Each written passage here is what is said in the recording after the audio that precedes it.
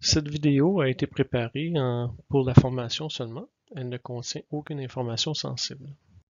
Nous allons voir différents types de démarrage, mais il faut comprendre que dans le fond, ce qui dicte le choix de nos démarreurs, c'est les équipements au sol. Donc, est-ce qu'on a de l'électricité? Est-ce qu'on a une source pneumatique ou une source hydraulique? Et à ce moment-là, on va choisir comment on fait notre pression d'air ou notre pression hydraulique.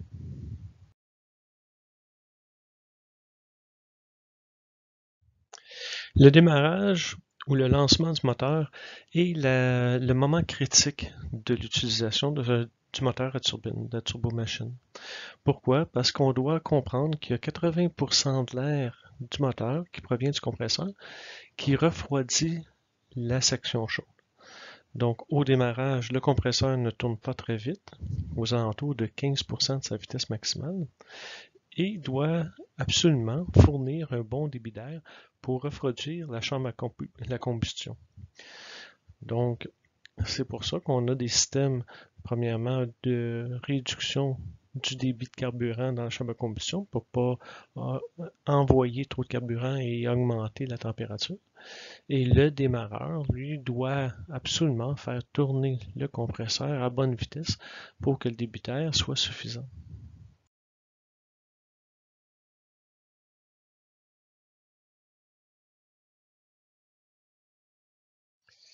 L'opérateur va nécessairement compter le temps d'allumage du moteur, donc normalement environ en bas de 4 secondes. Et un démarrage ne doit pas dépasser 30 secondes. Donc pour comprendre le graphique de démarrage du moteur, que vous pourrez aller voir sur Moodle, il faut savoir que sur l'axe des X, on a le temps d'écoulement à chacune des opérations. En Y, on a à gauche le RPM du compresseur, donc le régime du compresseur, et à droite, on a la température T5. La courbe rouge représente le régime du compresseur et le pointillé jaune représente le T5. Donc la première action au temps zéro, c'est on actionner le démarreur. Donc on voit que lorsqu'on actionne le démarreur, ben, dans notre régime de compresseur augmente, la température, elle, reste constante. On peut actionner l'alimentation des allumeurs.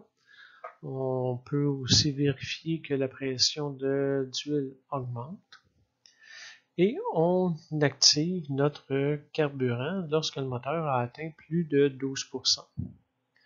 Donc, qu'est-ce qui arrive? Les allumeurs allument le carburant, donc la température T5 augmente relativement rapidement. On voit que à 20% ou à 8 secondes, notre carburant a pris feu. On voit aussi qu'aux alentours de 55%, on a une espèce de petit plateau sur la température T5. Donc, le petit plateau représente la, la vitesse à laquelle nos gicleurs secondaires se mettent en action. Donc, entre 0% et 55%, ce sont les gicleurs primaires qui envoient du carburant seulement. Et en haut de 55%, les gicleurs secondaires viennent se joindre aux gicleurs primaires pour envoyer du carburant et amener le moteur jusqu'au ralenti. On voit qu'il y a une petite crête pour le T5. Oui, notre moteur, notre compresseur ne fournit pas assez d'air encore pour bien refroidir le moteur. Donc, ça lui prend un petit peu de temps pour, à la température, à reprendre, dans le fond, une température normale de fonctionnement.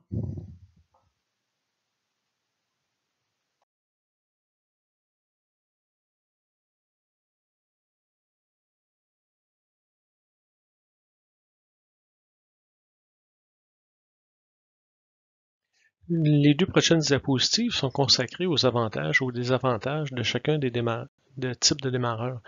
Donc, vous pourrez arrêter la vidéo pour prendre en note ces avantages et les désavantages.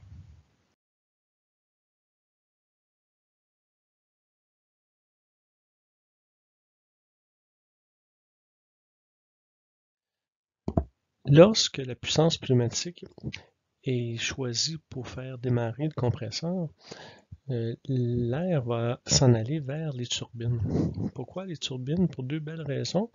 Les turbines sont plus solides que les ailettes du compresseur. Et deux, l'air qui vient du démarreur va être froid. Donc, lorsque la température chaude de la combustion va arriver aux turbines, les turbines vont être bien refroidies.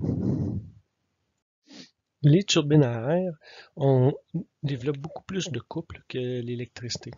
Donc, de manière qu'elles fonctionnent, c'est qu'on envoie de l'air du GPU ou de l'EPU, donc qui vient d'une unité extérieure, du sol ou de l'avion. Ça peut venir de l'autre moteur aussi. Cette pression d'air va faire tourner dans le démarreur une petite turbine qui va, elle, entraîner un engrenage pour augmenter la vitesse de rotation de l'arbre et ensuite cet arbre-là va entraîner à travers la boîte d'accessoires du moteur le compresseur HP. La pression d'air va sortir du côté du démarreur afin de ne pas nuire au moteur.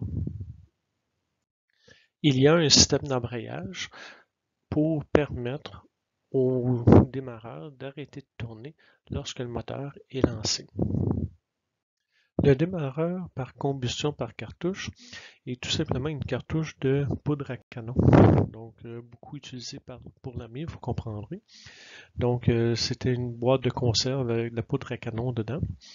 Et lorsque la poudre à canon était allumée, ben, les gaz chauds étaient envoyés vers la turbine.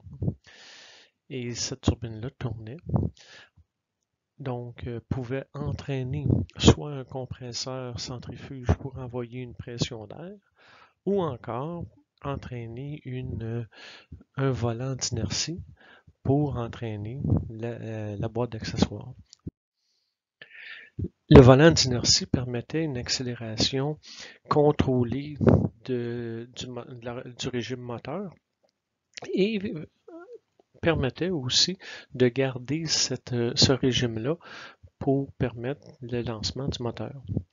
Imaginez que si on manque le moteur, si on manque le lancement du moteur, bien, il faut enlever le vieux contenant et mettre un nouveau contenant. Donc, c'est beaucoup de temps pour démarrer le moteur. La pression hydraulique a aussi été utilisée pour démarrer les moteurs. Mais il faut comprendre que c'était pour les petits moteurs. Donc, la pression hydraulique, que ce soit de l'huile ou de l'essence, mais généralement de l'huile, entraînait un petit moteur, un petit démarreur, et ce petit démarreur-là entraînait le compresseur par la suite. Normalement, c'est utilisé pour les PU, mais ces systèmes-là sont désuets aujourd'hui, sont trop pesants pour l'efficacité qu'ils avaient. Parce qu'une fois l'accumulateur déchargé, on n'avait plus de moyen de démarrer le moteur. Ici, on voit le schéma complet d'un avion avec deux moteurs. Donc, le démarrage peut se faire soit avec un des deux moteurs ou avec une unité auxiliaire de puissance qui se trouve en bas dans le milieu. Donc, le GPU, le Ground Power Unit. Donc, l'air est envoyé dans un tuyau et les ronds noirs avec une ligne blanche indiquent tout simplement une valve fermée ou ouverte. Donc, présentement, toutes les valves sont fermées. Lorsqu'on ouvre la valve, l'air est envoyé directement vers le moteur. Donc, c'est pour ça qu'on peut prendre l'air du moteur numéro 1 et s'en servir pour partir le moteur numéro 2. Et vice versa.